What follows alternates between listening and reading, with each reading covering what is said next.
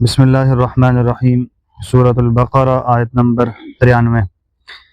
وَإِذْ أَخَذْنَا مِيثَاقَكُمْ وَرَفَعْنَا فَوْقَكُمُ الطُّورَ، اور وہ وقت یاد کرو جب ہم نے تم سے عہد لیا اور تمہارے اوپر کوہ طور کو بلند کر دیا، اور یہ کہا کہ جو کچھ ہم نے تم کو دیا ہے اس کو مضبوطی سے تھامو، اور جو کچھ کہا جائے اسے غور سے سنو۔ کہنے لگے ہم نے پہلے بھی سن لیا تھا مگر عمل نہیں کیا تھا، اب بھی ایسا ہی کریں گے۔ اور دراصل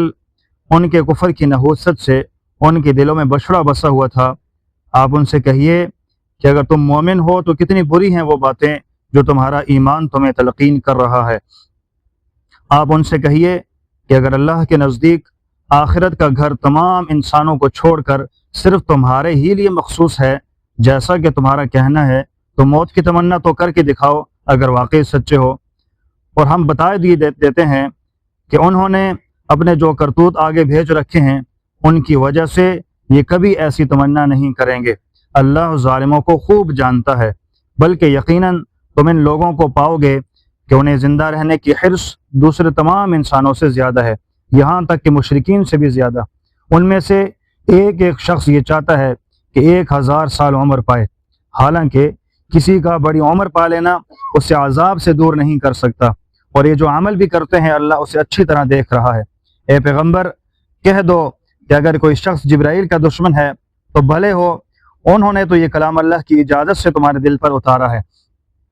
جو اپنے سے پہلے کتابوں کی تصدیق کر رہا ہے، اور ایمان والوں کے لیے مجسمے ہدایت اور خوشخبری ہے۔ اگر کوئی شخص اللہ کا اور اس کے فرشتوں اور رسولوں کا اور جبرائیل اور میکائیل کا دشمن ہے تو وہ سن رکھے کہ اللہ کافروں کا دشمن ہے، اور بے شک ہم نے آپ پر ایسی آیتیں اتاری ہیں جو حق کو آشکارا کرنے والی ہیں، اور ان کا انکار وہی لوگ کرتے ہیں جو نافرمان ہیں۔ یا آخر کیا معاملہ ہے کہ ان لوگوں نے جب کوئی عہد کیا ان کے ایک گروہ نے اسے ہمیشہ توڑ پھینکا، بلکہ ان میں سے اکثر لوگ ایمان لاتے ہی نہیں۔ اور جب ان کے پاس اللہ کی طرف سے ایک رسول آئے جو اس تورات کی تصدیق کر رہے تھے جو ان کے پاس ہے، تو اہل کتاب میں سے ایک گروہ نے اللہ کی کتاب تورات و انجیل کو اس طرح پس پش ڈال دیا گویا کہ وہ کچھ جانتے ہی نہ تھے کہ اس میں نبی آخر الزمان صلی اللہ علیہ وسلم کے بارے میں کیا ہدایات دی گئی تھی۔ یہاں پر تذکرہ ہوا قل ان کانت لکم الدار الاخرۃ عند اللہ خالصہ۔ یہودیوں کا یہ کہنا تھا کہ جنت صرف ہمارے لیے ہے، کیونکہ یہودی اہل کتاب ہے، تورات کو ماننے والا ہے، اللہ کو ماننے والے ہیں۔ وہ یہ کہتے ہیں کہ جنت صرف ہمارے لیے بنائی گئی ہے، ہمارے علاوہ کوئی بھی جنت میں نہیں جائے گا۔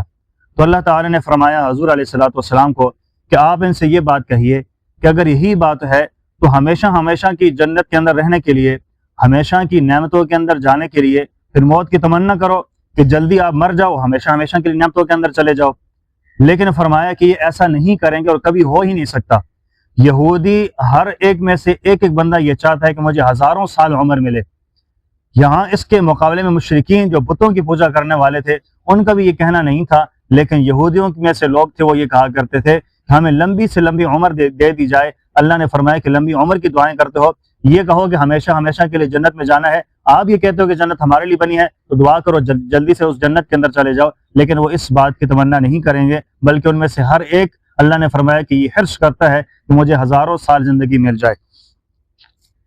قل من کان عدوا لجبریل، بعض یہودیوں نے حضور علیہ السلام سے کہا کہ آپ کے پاس جبرائیل علیہ السلام جو ہے نا وہ وحی لے کر آتے ہیں، اگر وہ جبرائیل وحی نہ لے کر آتا، نہ اس کے علاوہ کوئی اور فرشتہ وحی لے کر آتا تو ہم مان لیتے۔ میکائیل ہے وہ بارشیں برساتا ہے، وہ اچھے کام کرتا ہے، وہ وحی لے کر آتا تو ہم مان لیتے۔ جبرائیل کی اس لیے نہیں مانتے کہ وہ سزائیں بھی لے کر آتا ہے، ہمارے لیے مشکل احکامات لے کر آتا ہے، ہم اس لیے جبرائیل کو نہیں مانتے، اور جو کچھ وہ لے کر آئے گا ہم اس کو بھی نہیں مانتے۔ اللہ نے فرمایا کہ یہ جو کچھ بھی جبرائیل لے کر آ رہا ہے یہ اللہ کی طرف سے ہے، جبرائیل اپنی طرف سے کوئی بھی نہیں لے کر آتا۔ اس لیے آیت میں واضح طور پر فرمایا کہ من کان عدوا للہ وملائکتہ، کہ جو بندہ بھی دشمن ہوگا اللہ کا،